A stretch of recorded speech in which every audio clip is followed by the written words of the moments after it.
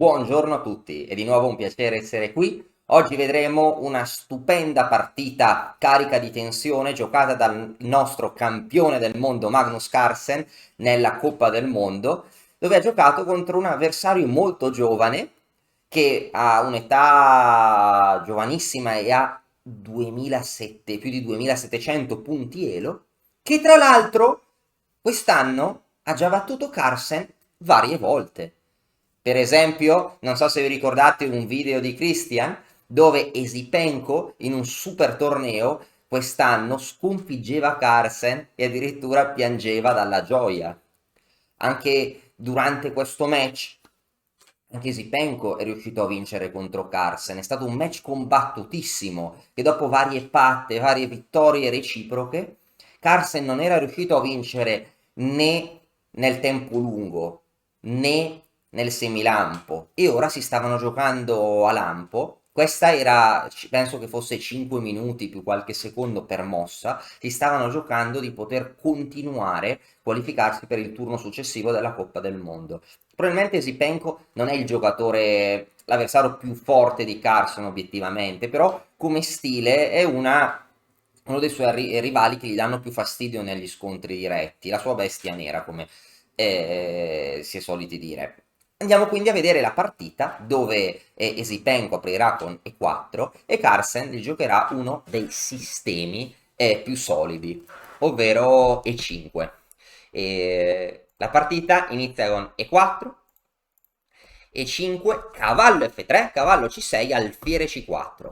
A questo punto Carlsen gioca alfiere C5.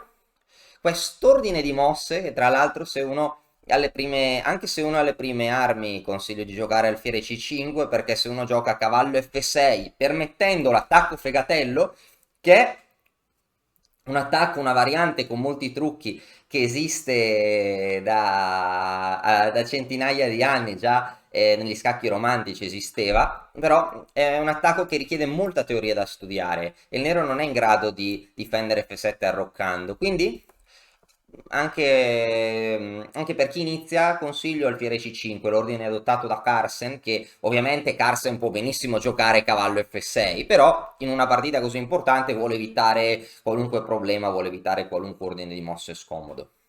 Il suo avversario gioca C3, cavallo F6, e a questo punto Esipenko gioca D3. Siamo nella partita italiana, voglio dire, alfiere C4 è la partita italiana. Dopo alfiere C5, C3, cavallo F6, Esipenko gioca D3, che si chiama il giuoco piano, in italiano arcaico. Appunto, questa apertura esiste da centinaia di anni. Diciamo che in un video precedente avevamo parlato di Giochino Greco e dove nel 1600 Giochino Greco già giocava queste aperture, anche se di solito giocava D4, che è conosciuto come il gambetto italiano. Ma ormai il nero sa come fronteggiare questo gambetto. Ormai, soprattutto nell'elite, ma anche a livelli più bassi, il nero sa come tutta la teoria necessaria per non avere problemi contro D4. Quindi il giuoco piano è un'apertura che si gioca di più e mantiene il gioco teso, è molto utile in una partita dove si gioca per vincere, perché ci saranno lunghissime manovre. Carlsen a questo punto gioca D6, arrocco, H6, che è una mossa utile in queste posizioni, perché su arrocco magari una inchiodatura con alfiere G5 può infastidire.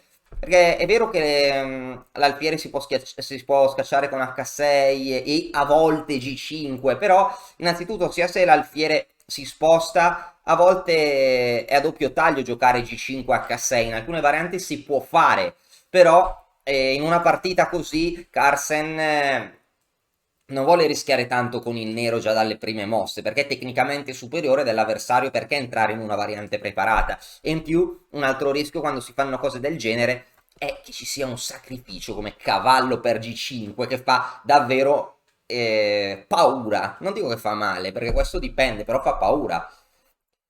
E qua giocarsi tutto in una variante tattica è molto rischioso. Quindi, H6, si evita alfiere G5 e si arrocca dopo. Bianco gioca a torre, giocò a torre 1. Carlsen arroccò. Bianco gioca H3, anche il bianco vuole evitare possibili idee di alfiere G4 o cavallo G4. A questo punto A6. È utile giocare a 6 perché? Perché a volte in questa partita il gioco potrebbe proseguire sull'ala di donna, il bianco potrebbe espandersi in questo settore, il nero, in previsione anche di espansioni del bianco, dà la casa in A7 al proprio alfiere. Quindi per ora la lotta è fortemente manovrata, una guerra di trincea che però presto o tardi esploderà. A4, alfiere A7, cavallo B di 2 e qua il nero gioca torre 8. I pezzi si stanno appunto posizionando bene. Un'idea potrebbe, visto che questo alfiere è forte, si potrebbe giocare alfiere E6, no? Interessante. Qua il bianco continua a espandersi sull'ala di donna, alfiere E6, rimuovendo l'alfiere in C4 che è molto attivo, per non avere problemi nell'ala di re. Notare che questo alfiere si punta contro l'ala di re. Esipenco lo cambiò, torre per E6, ecco siamo in una posizione più o meno pari, dove però Esipenko ha un po' più di spazio nell'ala di donna e potrebbe cercare di spingere oltre i suoi pedoni con B5 o con A5, B5, C4 in un momento in cui questo pedone non sia in presa, perché un pedone è sempre un pedone. Esipenko continua con donna C2, donna D7, cavallo F1 e ora perché no? Carlsen decide di occupare il centro con D5, c'è un piccolo vantaggio centrale. A questo punto alfiere E3 gioca Esipenko perché questo alfiere, come abbiamo detto, è forte. Alfiere per E3, cavallo per E3, cavallo E7. Una manovra molto interessante, perché? Perché si potrà sostenere il centro con C6 e i cavalli possono andare, per esempio, nell'ala di re. La casella in F4, così come la casella in F5, sono critiche in questa partita, in questa italiana. I cavalli qua possono creare un forte attacco, si gioca poco a poco, si portano i pezzi, no? E poi all'improvviso la partita esploderà, no? Come nel film Il Gladiatore, no? Che Massimo, il protagonista, manovra la cavalleria nella prima battaglia, no? Nel bosco, e il cavallo, no? Il cavallo in E7, la cavalleria di Massimo, arriva in F4 e poi al mio segnale scatenate l'inferno. E tutto l'esercito attacca, che è ciò che succederà in questa partita. A questo punto il bianco gioca torre a B1, torre di 8, una torre sulla colonna aperta non fa mai male, A5, Esipenko continua l'espansione sull'ala di donna e ora cavallo G6, la manovra laterale del cavallo che vuole ottenere la casella in F4. A questo punto Esipenko si espande C4, Carlsen non vuole cedere il centro, no grazie, gioca C6. Ecco, in questo punto forse sarebbe stato meglio, visto che questa casella è così forte, forse sarebbe stato meglio giocare G3. Perché G3 per poi migliorare, magari dare una casella al re, ma soprattutto si impedisce al cavallo di andare qui. Questo cavallo non avrebbe molto futuro e la partita sarebbe sui binari della parità. E si tengo però in questo momento no, diciamo, non intuisce la pericolosità del cavallo in F4 e gioca torre B1. Occupando la colonna D, mette la torre, creando un attacco a raggi contro la donna nera. A questo punto, cavallo F4. Notiamo che ora questo cavallo è forte, domina l'ala di re, difficile scacciarlo con G3 perché possiamo catturare H3. E cosa pensava Esipenko? Esipenko pensava, ma se il cavallo nero va in F4, anch'io posso mettere il cavallo in F5. Ok, a questo punto, come giochiamo ora? Sembra che il bianco abbia un cavallo forte come il cavallo in F4, ma Carlsen gioca un'idea geniale, un'idea quasi da harakiri. Cosa fa Carlsen? G6. G6. Come si può giocare G6? G6 sembra una follia. Perché sembra una follia? G6 perché c'è il pedone in H6 in presa. Il bianco può catturare un pedone dell'arrocco, ma Carlsen aveva visto oltre, ha fatto un sacrificio così forte che in realtà neanche Carlsen sapeva quanto forte era questo sacrificio, perché il bianco cattura re G7 attaccando il cavallo, Ora l'unica casella disponibile per il cavallo, questa casella è controllata, questa anche, l'unica casella è G4, ora cavallo per G4, cambiando i pedoni distruggendo insomma la struttura dell'arrocco bianco che ora i pedoni doppiati, e ora Carsen gioca una manovra che in realtà non era neanche forse la più forte, ma che è potentissima. Torre E8, e ora qua davvero proprio esplode la posizione, inizia l'attacco, ora si attacca il pedone in G4 e Carsen è pronto a raddoppiare le torri sulla colonna H. Questo cavallo è un mostro e tutti i pezzi sono pronti a supportare l'attacco devastante del nero.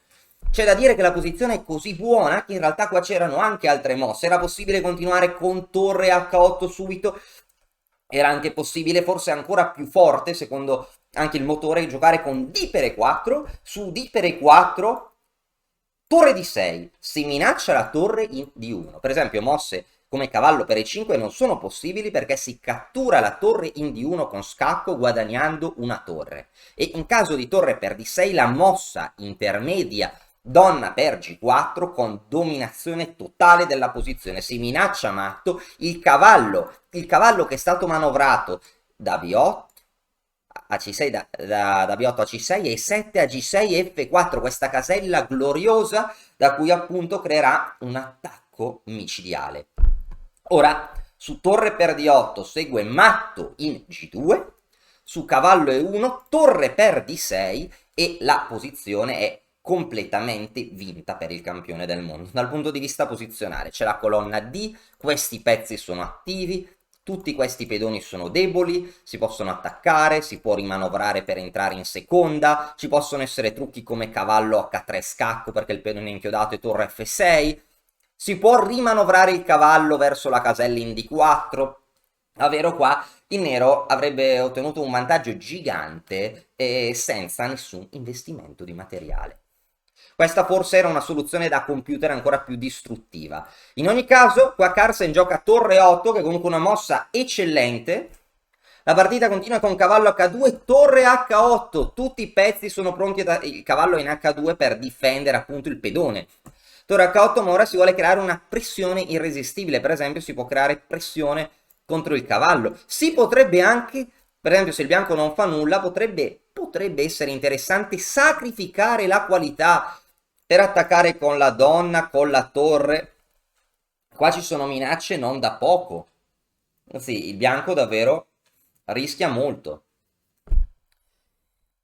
Quindi il bianco gioca F3 per consolidare il pedone in G4. Ora ci sono molti modi per continuare l'iniziativa. Carsen cattura. Su D per E4, donna E7. Ora la donna può entrare in H4. Allo stesso tempo si può anche lottare per la colonna D. Ora la posizione del bianco è davvero critica, soprattutto se la donna nera entra in H4. Il bianco allora cattura in D8, Carsen cattura con la donna, di solito si cattura di torre, ma meglio catturare di donna in modo che la torre si mantiene sulla colonna H, dove può aggiungersi anche la donna. La donna può anche minacciare degli scacchi in D4, ora la posizione è davvero difficile, è pessima per il bianco. In caso di torre D1 potrebbe seguire donna H4 con attacco decisivo lungo la colonna H. Il cavallo non ha dove scappare. Su cavallo F1 può seguire donna H1, re F2, donna per G2 con infilata decisiva a re e donna. A questo punto Esipenko gioca G3 per togliere la casella in H4 alla donna. Ora segue donna di 4 scacco. Notare che il re bianco non ha molte caselle. Su re F1 potrebbe seguire, ora mi sembra che potrebbe seguire anche qualcosa come torre per H2. Perché sì, su donna per H2, donna di 3, qua c'è un attacco doppio, no? Poi si può manovrare per catturare la torre con scacco. Ora su re 3 cade la donna, su re G1 si cattura la donna con scacco e poi si potrà vincere, si può creare un attacco da matto, si potranno cambiare le donne e poi vincere il finale con un pezzo in più.